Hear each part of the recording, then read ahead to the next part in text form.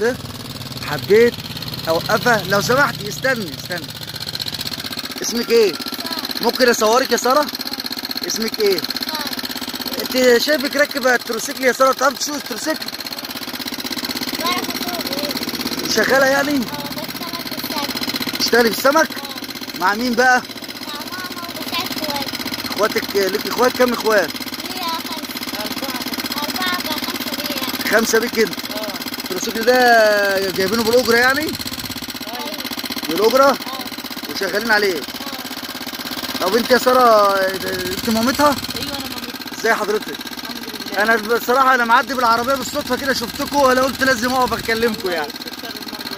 الله يخليك. يعني انتوا دي شغلتكم الوحيده لكم؟ احنا ديت انا بنجري على بجري على 5 ايام، وهي ديت سنه 6 من سنه رابعه وهي بتسوق التروسيكل. من رابعه وهي بتسوق التروسيكل؟ عشان انا ما عايز حد يساعدني، وانا بجري على 5 ايام. طب وحضرتك؟ ولا عندي لا بطبق ولا عندي حد يساعدني ولا عندي اقدر اعدي حاجه. وجوز حضرتك؟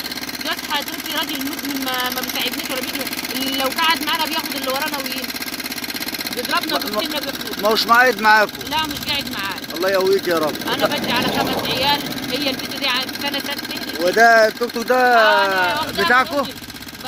التوك توك ده بتاعكم؟ لا مش بتاعنا، بجيبه الاجره. طب وهي اتعلمت عليه السواقه يعني؟ انا علمتها يعني عند ناس وبجيبه الاجره يعني. الله يصلح حالك. ما اقدرش اشتري تروسيكل. يعني انا ما اقدرش. يعني انت بتوصل صاحبه الاجره ونديله الاجره في النهار. يعني التروسيكل ده بتاخدوه من صاحبه الاجره وعلمتوه عليه وتدوا له اجرته؟ ايوه بديله